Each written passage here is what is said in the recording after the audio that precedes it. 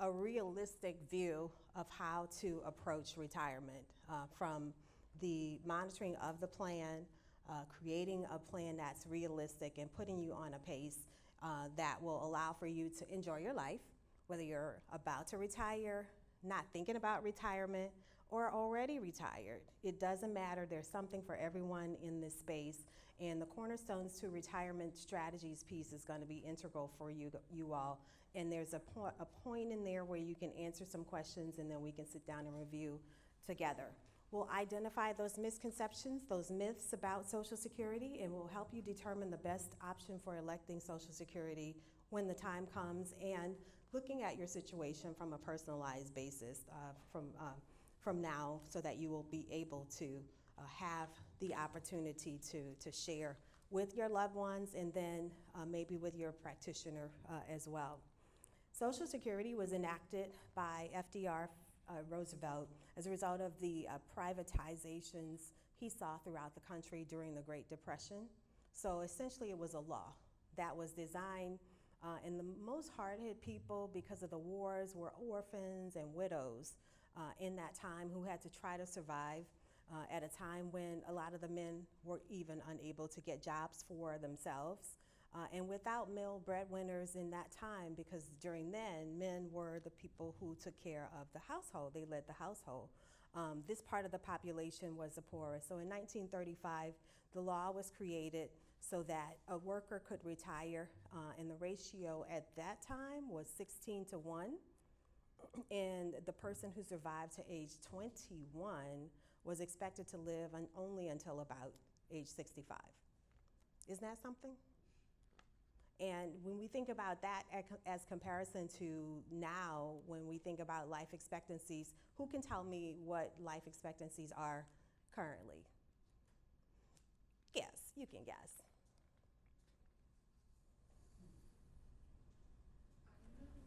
What do you guys think?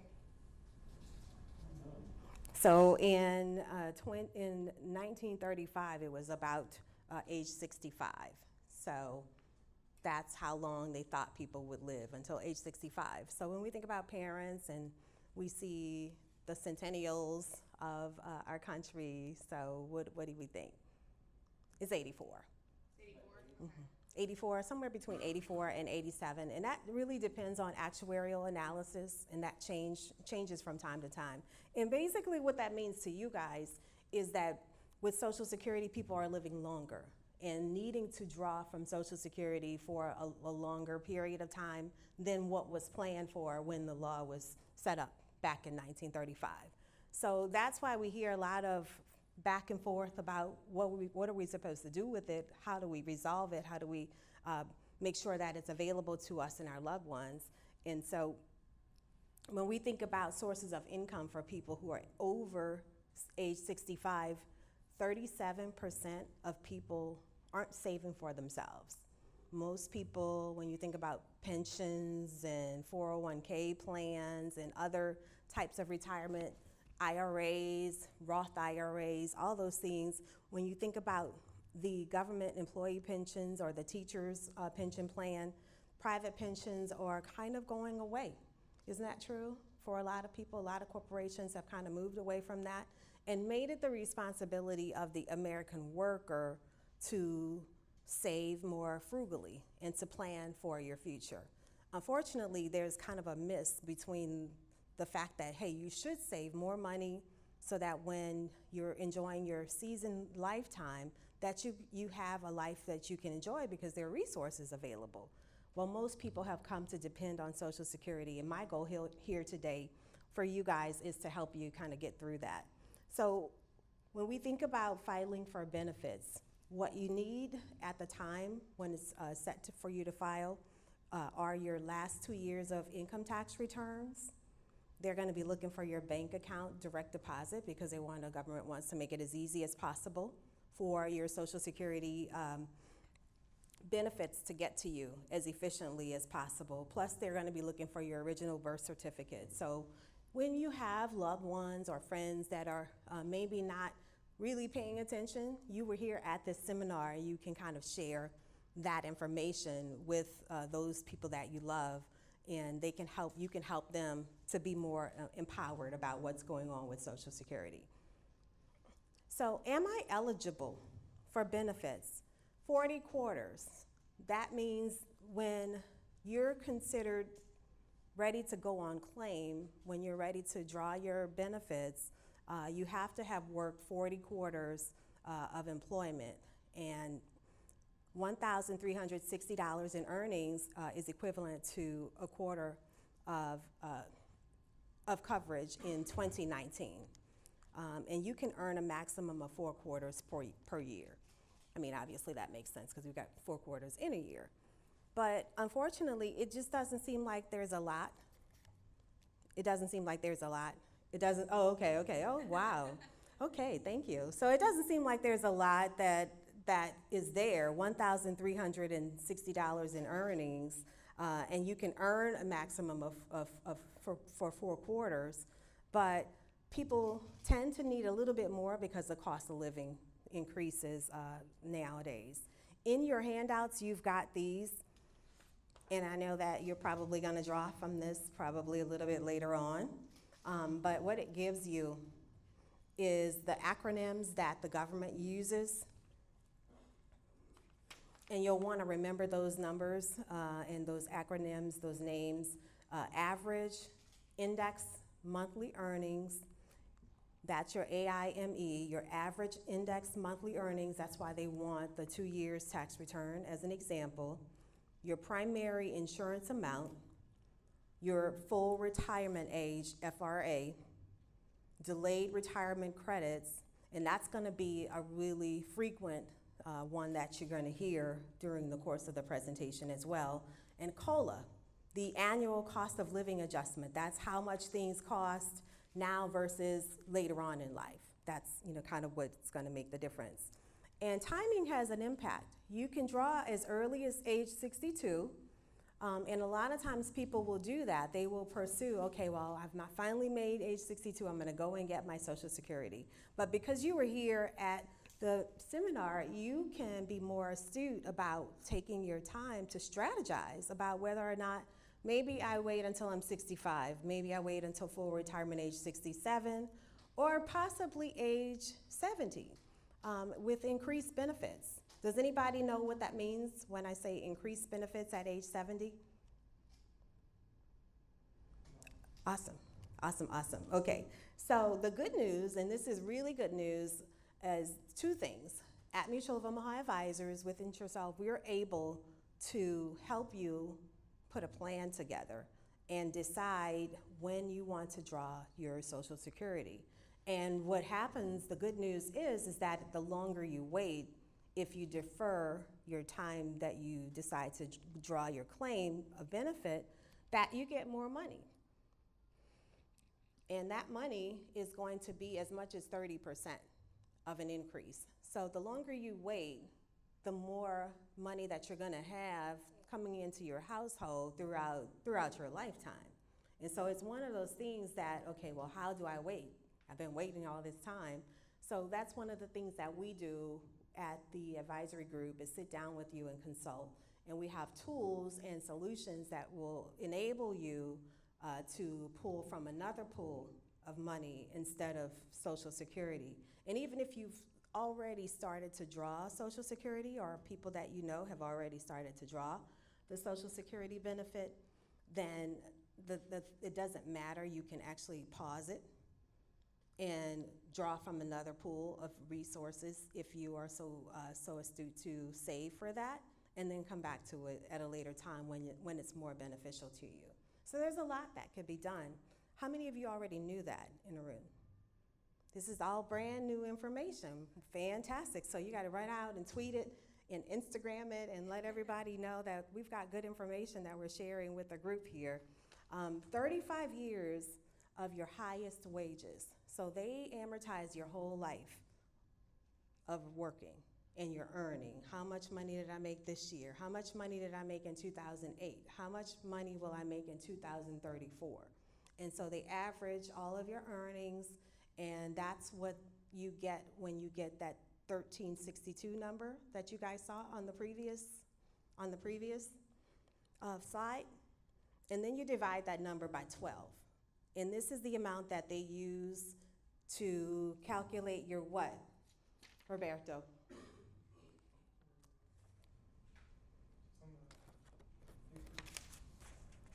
Annual cost of living.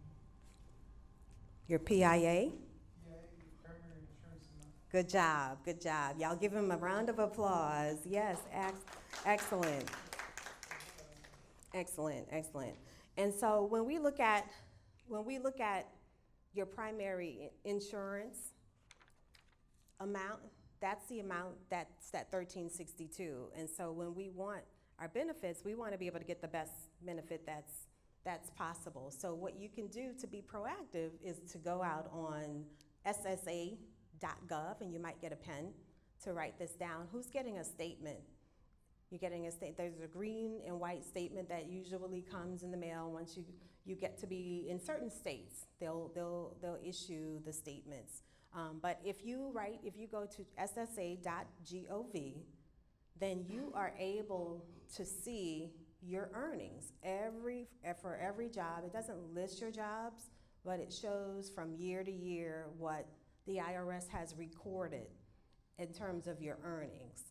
And you'll be able to see and be able to predict. It gives you a computation where it shows you how much money you can expect at age 62, at age 67, and if you wait until age 70, how long and how much money you'll have, how much more money you'll have there as well. So ssa.gov is your website that you want to go to. And here online you can see it gives you lots of useful information. What do I do online here? As you can see, if you can see the cursor there on the wall.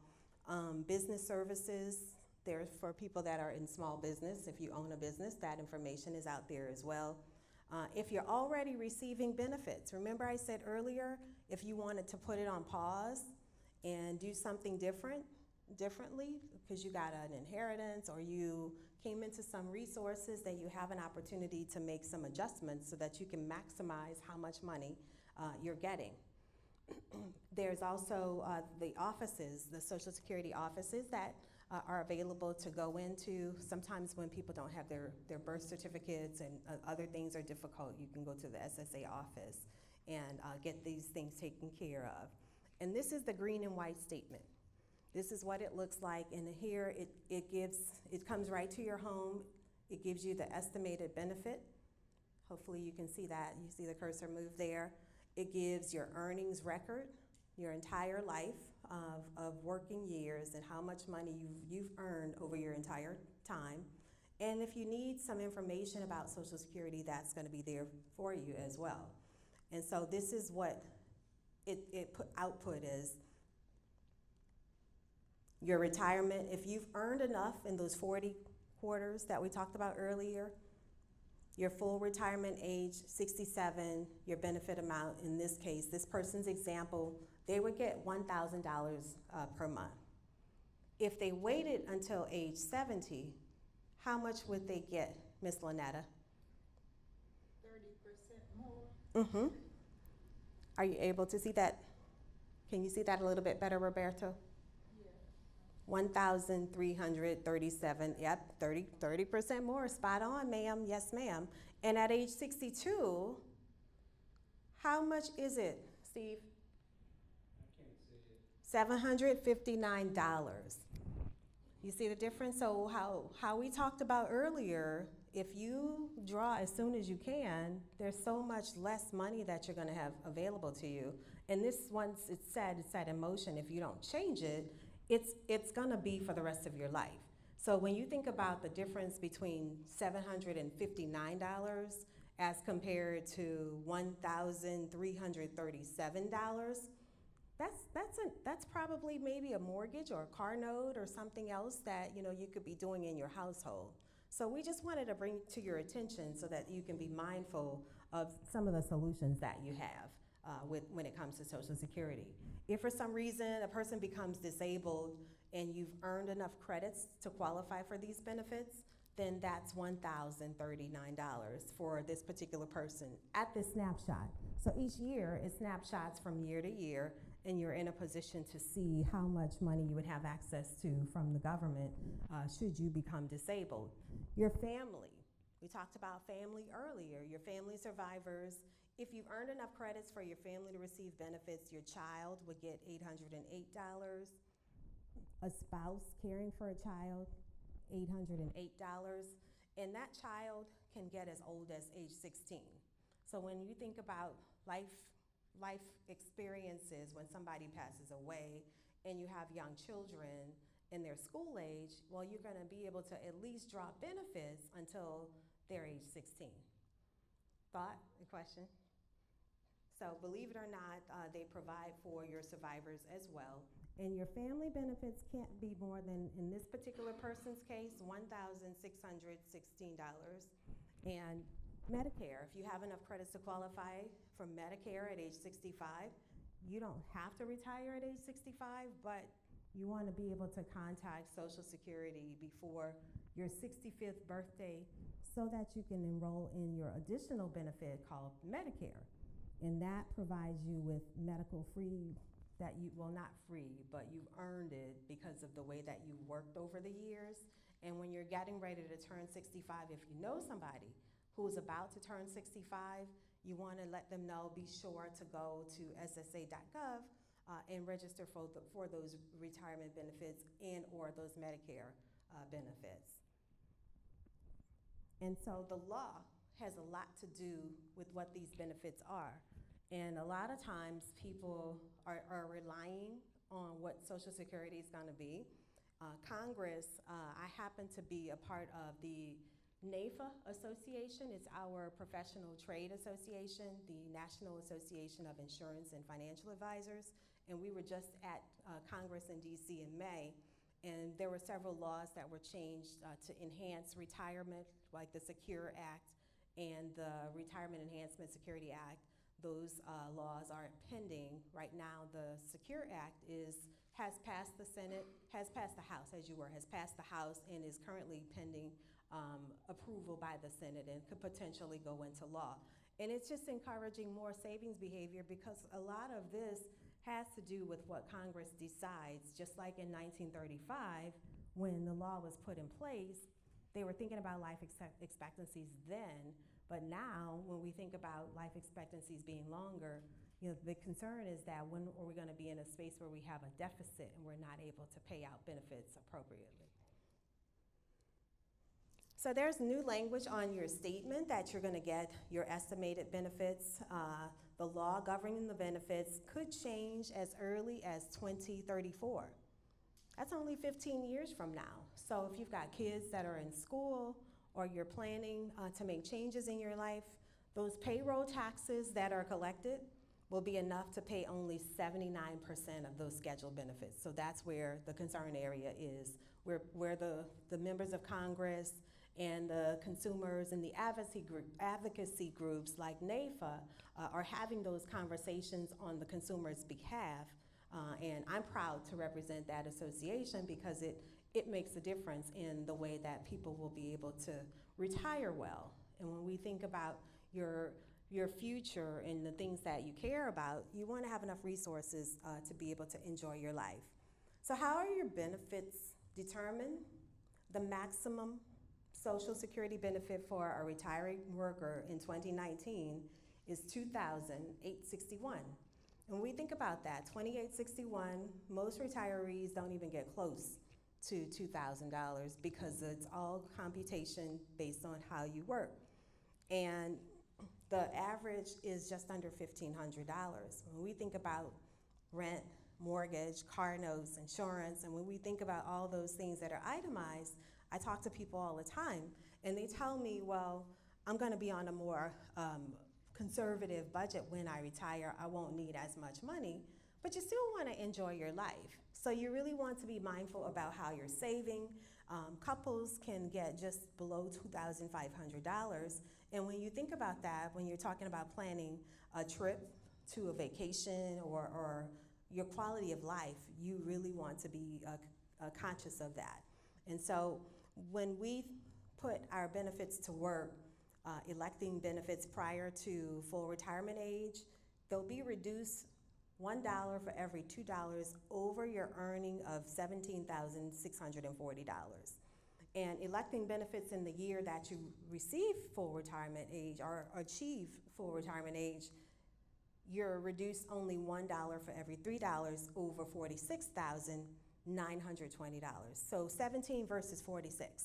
When you think about how much you earned for that year, that's really a staggering difference. Would you all agree? Yeah, it really is. And so that's why we're here on the front end, making sure that people are conscious and aware of the things that will make a difference when it comes to Social Security. And we want to be a resource to you to help you to plan effectively. 50% of the spouse's primary insurance amount at full retirement age or your worker benefit. So a spouse, whether it's a male spouse or a female spouse, has the entitlement to that decedent spouse's retirement. So if you know someone who's a widower or a widow, then you want to have them to contact a specialist so that Social Security or someone that can guide them to help them to recover that information that they can continue to get benefits as well. Widow's benefits, there is what's called a blackout period that can start as early as age 60, age 50, if the person happens to be disabled.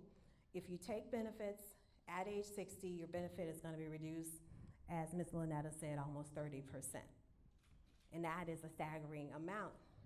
You'd be subject to earnings that limit your full retirement age. And widows still have optimization strategies, like what we were talking about, where we're saying the tools that we can put in place for you to be able to save better and have another place to draw money from instead of pulling from your retirement as soon as you are turning 62, that's where it's going to really be helpful. There's also what's called a windfall elimination provision.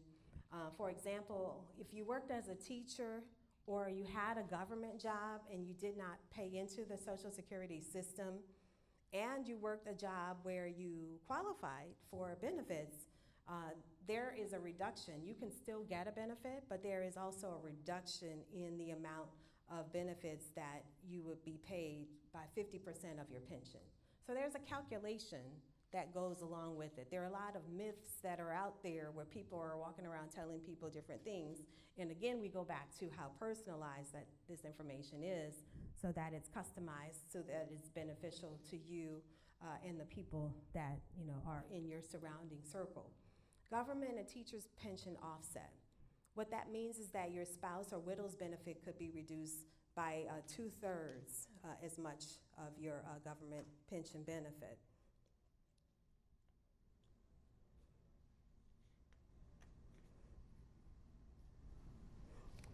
Are there any questions or thoughts currently at this time? Okay, we'll continue on. We're going to talk about this in a little bit more detail. So this is where your spouse or widow's benefit is reduced by the 2/3. There was another piece of legislation that was enacted in 2015. That's called the Bipartisan Budget Act. And with that act, it set in motion, I guess, a concern of how can I claim my Social Security benefits. And when you think about all of the ways that there is so much misinformation out there, some people will not do anything and just be stagnant or follow someone else's situation that may not be applicable to them. So the Bipartisan Act of 2015 allowed for some changes. And if you take your benefit as early, there is a maximum amount that you would be able to be eligible for, and the withholding that's paid to you until you fully retire, there is much more about that would have to do with what you decide to claim, for your Social Security.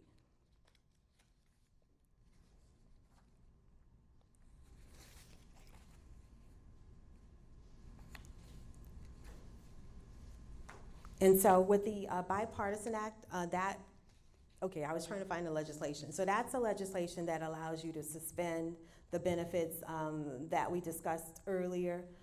in which those suspended benefits you could elect at any time to request those payments, and it could be retroactive.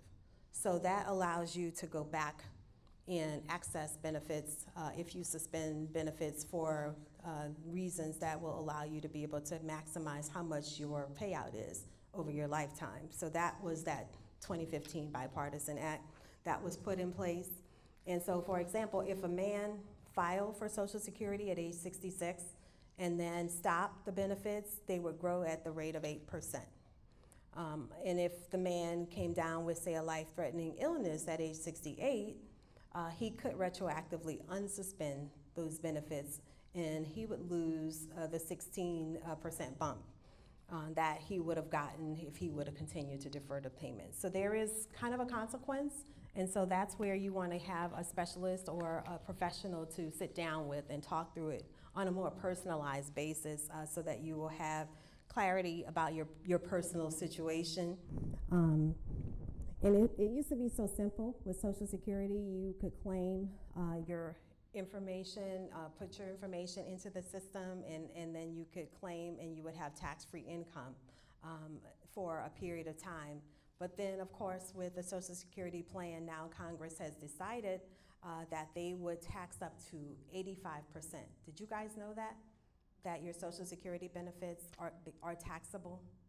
And that they could potentially, and so a lot of times people think that the amount that they're seeing on those statements, okay, I'm getting $14.61 as an example.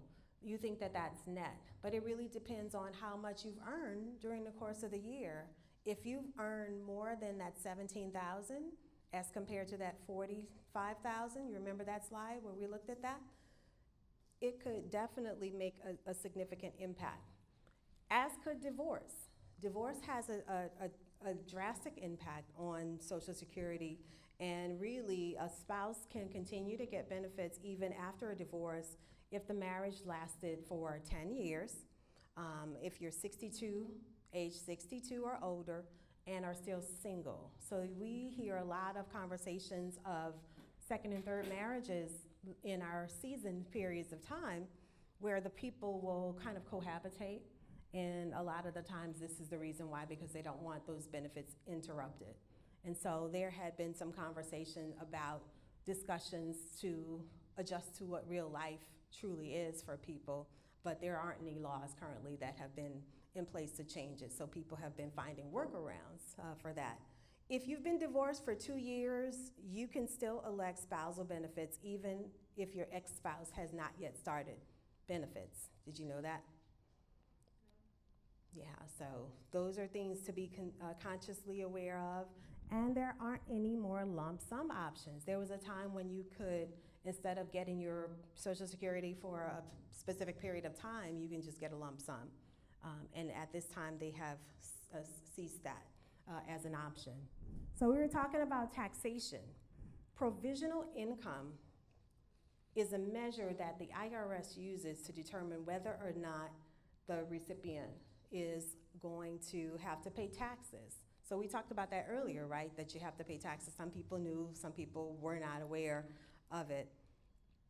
So that's what makes the difference. Because obviously being a widower, divorce, but taxation, it's fair to say, has the strongest impact on your benefits, because when you take the taxes out, it's not necessarily what you earn, it's what you keep. Isn't that true? So when we look at your ordinary income, if your income and you're a single person is under $25,000, you guys see that? Right here. Uh-oh, let's see. Okay, there we are. You see that? If you're single and you're under $25,000 in income, then you don't have to worry about taxation. But at Social Security, who in the way that cost of living increases and the way things cost more money later on, and even a joint couple at $32,000, you won't be taxed. But when you go up into that higher amount, if your income is between $25,000 as a single person and $34,000 as a single person, Roberto, how much of that income is going to be taxed? 50%, that's right. And same holds true for a married couple, 32,000 and 44,000 between that amount. And then, this is what's staggering. Most people make more than 34,000 because you've worked your entire life. And now, you've got 85% of your income that becomes taxable if you don't have the fair opportunity to sit down with someone and consult and have a realistic conversation. And so that, and even for married couples, when we think about married couples, 44,000 isn't a lot for that threshold. And most people end up going over that threshold, but you don't even realize it because we just kind of go with the flow. We follow suit with what we're told to do. Most of us just, abide by the law, and the government says we do this, we do that. We pay our taxes. And there's a lot of conversation around what's going to happen with the sunset rule and where we are with taxation, but there's something that you can do about this right now in your life. Social Security, I'll give you guys, and you might want to get a pen for this because I'm going to give you calculation. Anna, I don't know if we've got some pens we might be able to share with some people.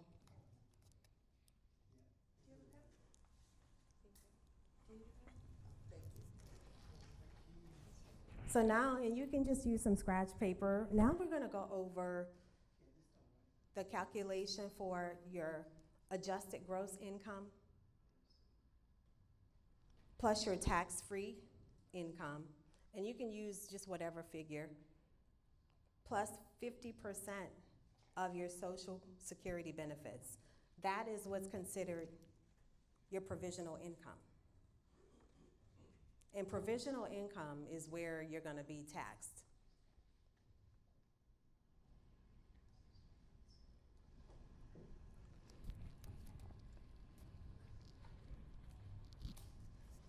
You guys see that? And so when we think about provisional income, what does that mean?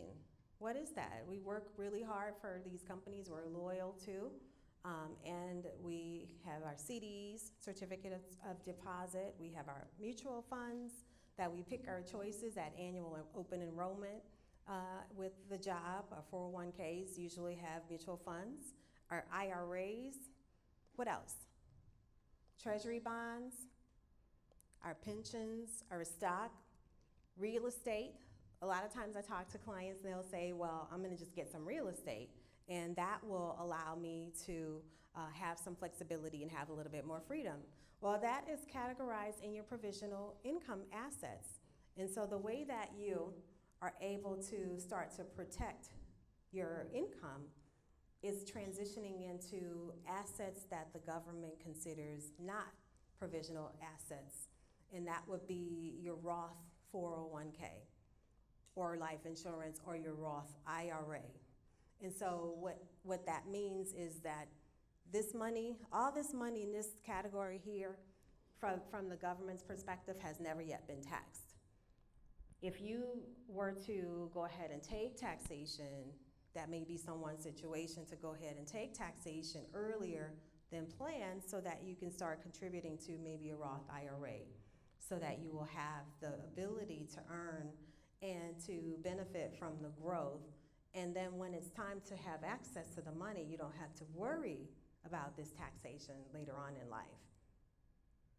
Right? Does that make a difference?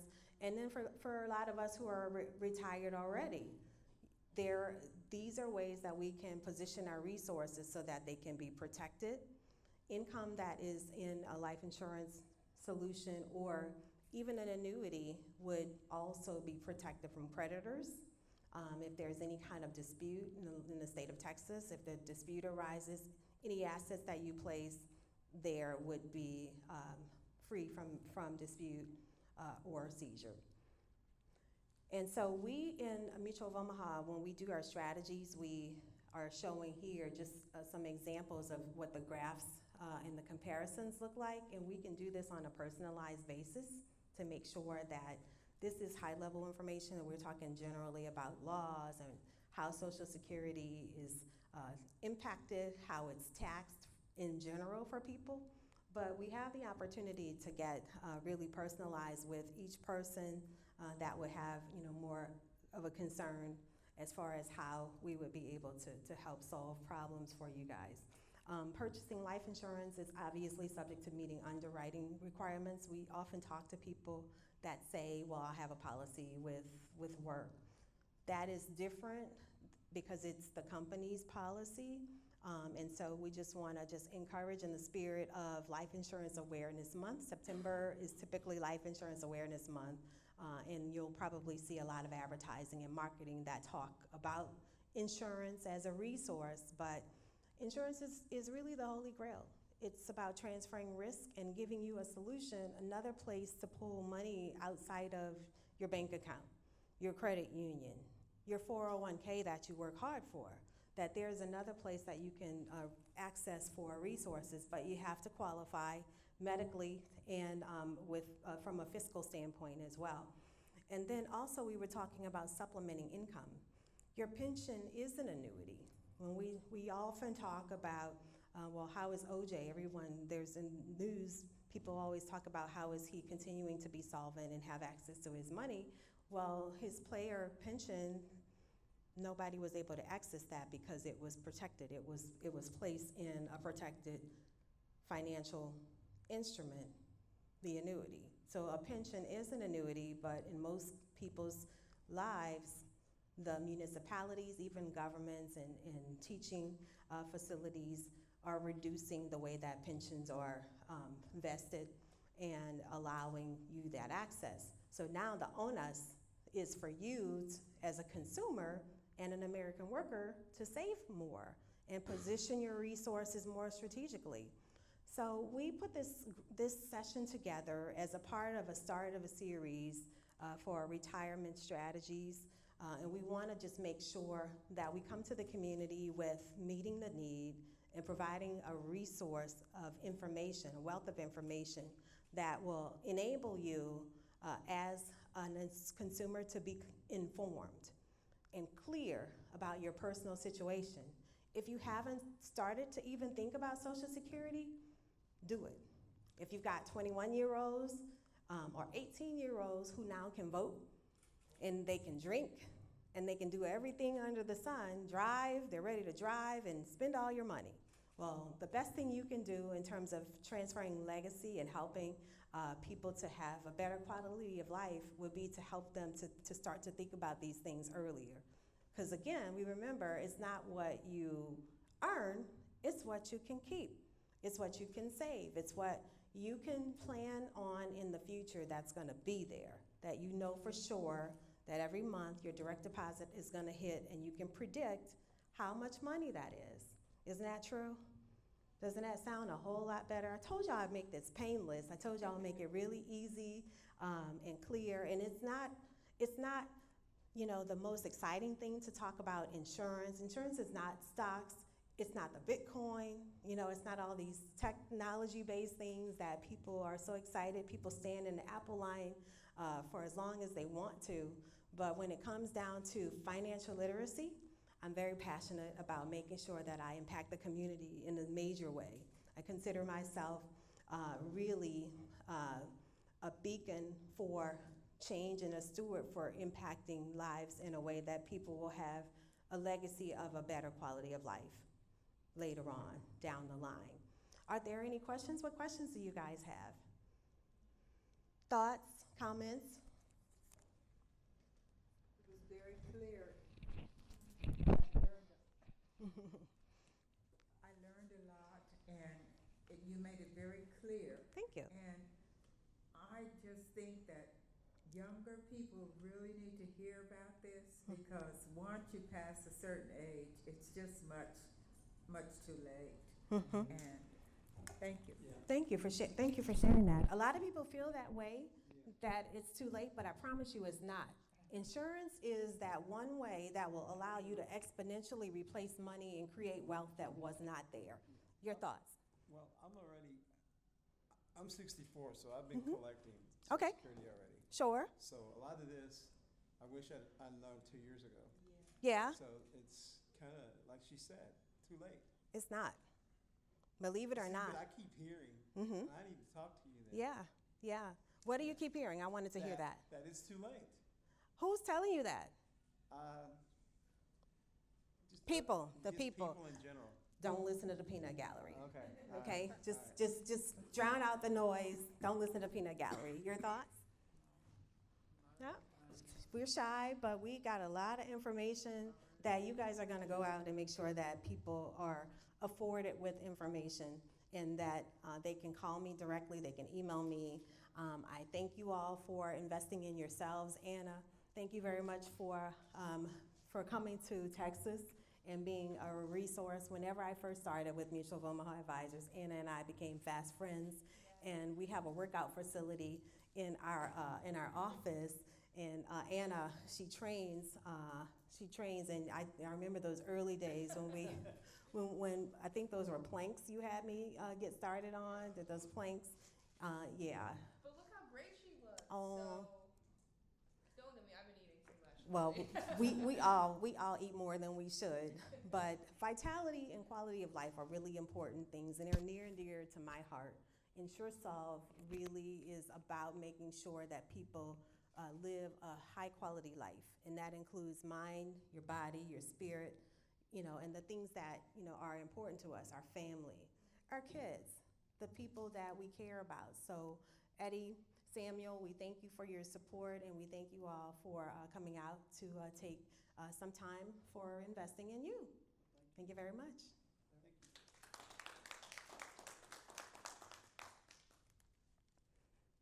Awesome, thank you.